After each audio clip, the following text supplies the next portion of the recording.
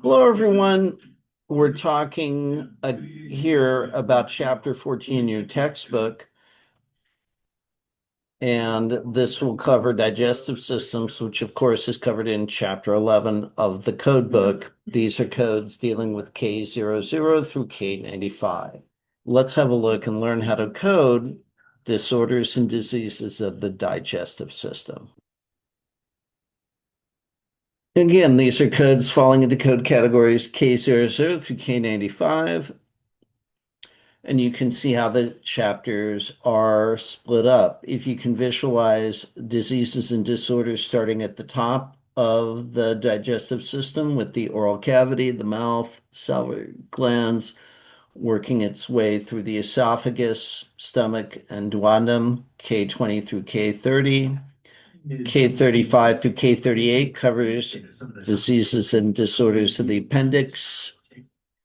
K35 through 38, 40 through 46 covers the hernias, and so on. And then, of course, at the very end, we have the K90 through 95, all others.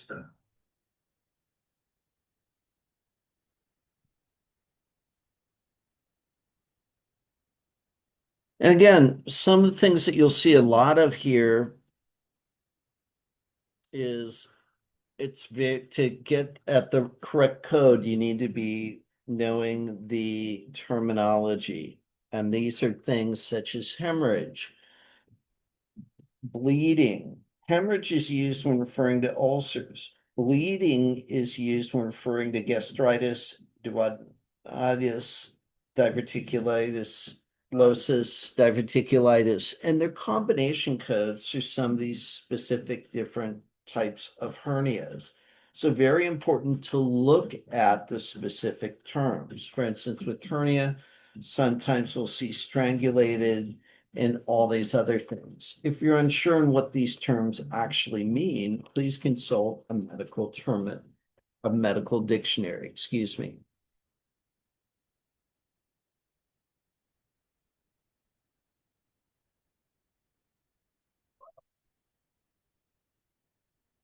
So again, there are no specific guidelines, chapter specific guidelines. However, we see a lot of the things that we have seen before. Use additional code instructions. And like other chapters, this may cover alcohol abuse and dependence, exposure or use of tobacco, infectious organism. And you always want to code first the underlying disease when it produces a digestive system manifestation. We also get into things about hernias. Hernias get covered in terms of the gangrene, obstruction, strangulation. So again, a lot of terms to keep on track of in this particular chapter.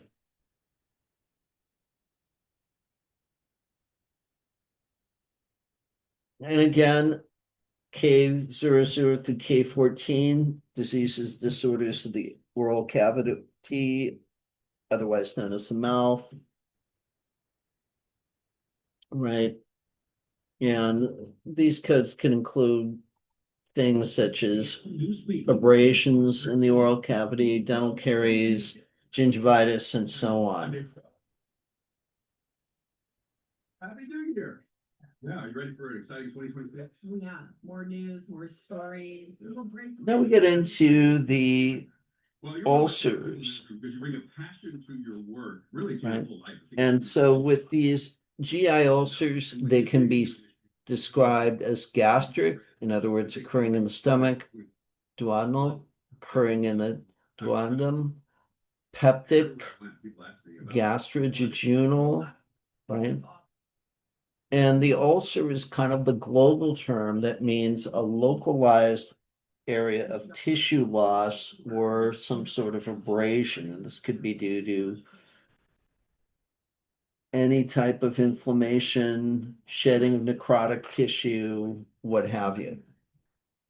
Yeah. So, yeah. Well, and while I was gone, you wrote the big. Inflammation of the appendix leads to, of course, appendicitis. Appendicitis can lead to perforation of the appendix and gangrene and peritonitis.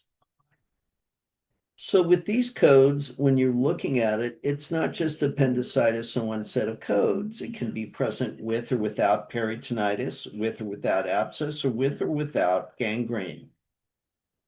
Meaning that it's whether or not- A hernia is basically a protrusion of an organ through an abdominal wall.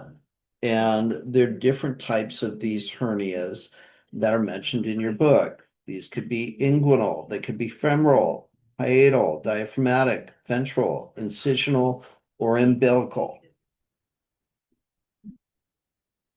Only Danforth had interviewed Mayor Dana Rao of Kent, and he probably. When we see the term reducible hernia, right, we're talking about a hernia that the physician can manipulate back into place. If it's irreducible or incarcerated, it's a hernia that can't be put back in place by manipulation, and it may or may not be strangulated. Strangulation is an incarcerated hernia that's so tightly restricted that it restricts blood flow to the area of the hernia sac, and this can cause gangrene. And this is a medical emergency and requires people to be admitted. Crohn's disease, you sometimes see referred to as regional enteritis. And basically, this is any type of chronic inflammation of, it says here, distal ileum and other parts of the GI tract. In truth, Crohn's disease can occur anywhere from the mouth to the anus, and we really don't know what causes it. And it falls into code categories K50 and has fourth, fifth, and sixth characters. The fourth character identifies the site. The fifth character indicates whether there's a complication or not. And the sixth character, of course, will classify the specific complication. Seeing some will show up in my algorithm, I turn to a South King County leader for answers. Can you see here? Okay. I set up a call with the mayor of Pacific, who was on the ground of the disaster. And any type of these colitis, another thing you'll see is K52, the gastroenteritis, colitis, the inflammation. This can be caused by bacteria, amoeba, parasites, all different types of things. And the codes get into that fine level of detail. So it's very important to keep this in mind as you work your way through these codes. They told you it was aging infrastructure. Toxic gastroenteritis and colitis have a code first note, which of course will tell us to identify the toxic agent. And of course, gastroenteritis can be either allergic or dietetic, right? And they say to use additional codes to identify the food allergy.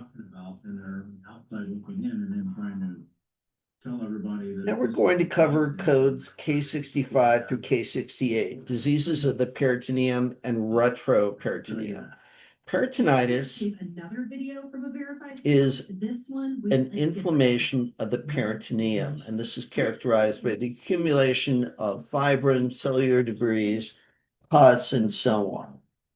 And since it's this type of infection, we use these additional codes B95 through B97 to identify the specific organism. There is an excludes note that also identifies other conditions that may cause peritonitis. Trying to stir something up to get people. And of course, peritonitis itself can be further subdivided. It can be acute, it can have a peritoneal abscess, we can have spontaneous bacterial peritonitis, we can have coliperitonitis, sclerosing, mesenteritis, other and specific types of peritonitis. We'll always see those use additional codes for the B95 through B97. if known. And if we have diverticulitis or what have you, we would use those codes specific for K57. And be part of the conversation in a way that suits them. This is a good set of slides to be paying close attention to, and they're in color for a reason.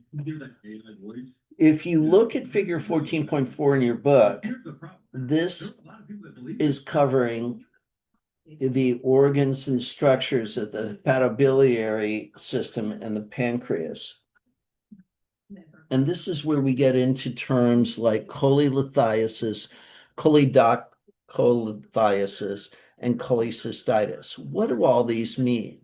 Well, it says right here, cholelithiasis is the presence of calculi, in other words, gallstones in the gallbladder. Cholelithiasis is the presence of stones in the common bile duct. And cholecystitis is the inflammation of the gallbladder. So these category K80 codes describe the stones in the gallbladder, or if they're in the bile duct, the specific locations, whether it's acute, chronic cholecystitis, and whether or not there's an obstruction. So very important to read the alphabetic index carefully in this section, cholecystitis, and look for connecting terms such as with, calculus, stones. It directs you to look at the instructions to see calculus, gallbladder. In other words, instead of looking under cholecystitis, now look, C, of course, being mandated for calculus. Likewise, cholelithiasis, C, calculus, gallbladder. Cholelithiasis, C, calculus, bile duct. Category K81 covers specific codes for cholecystitis without stones in the gallbladder, acute cholecystitis, chronic cholecystitis, acute cholecystitis with chronic cholecystitis, and cholecystitis unspecified. Let me ask you, when you do a podcast like this, would it help my credibility to have a big glass of milk? Another term that we'll see is gastrointestinal hemorrhage, right?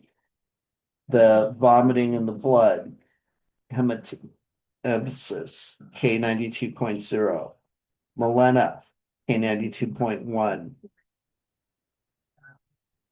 And whatnot. And then last slide here, again, with GI hemorrhaging, this falls into code categories K92. Note that there's an excludes one note under K92.2 that tells us that if one of the conditions listed under the excludes note is present, excludes one note, meaning it's mutually exclusive, we would not code it. And then finally, we can't assume a causal relationship between GI bleeding and GI ulcers. The physician must identify the sources of the bleeding and link the clinical findings. The checks and balances we go through in reporting something, having sources, documentation, we do as journalists. And that's all I have for you. Thank you for watching, and we'll see you online. Bye now. And it's based on their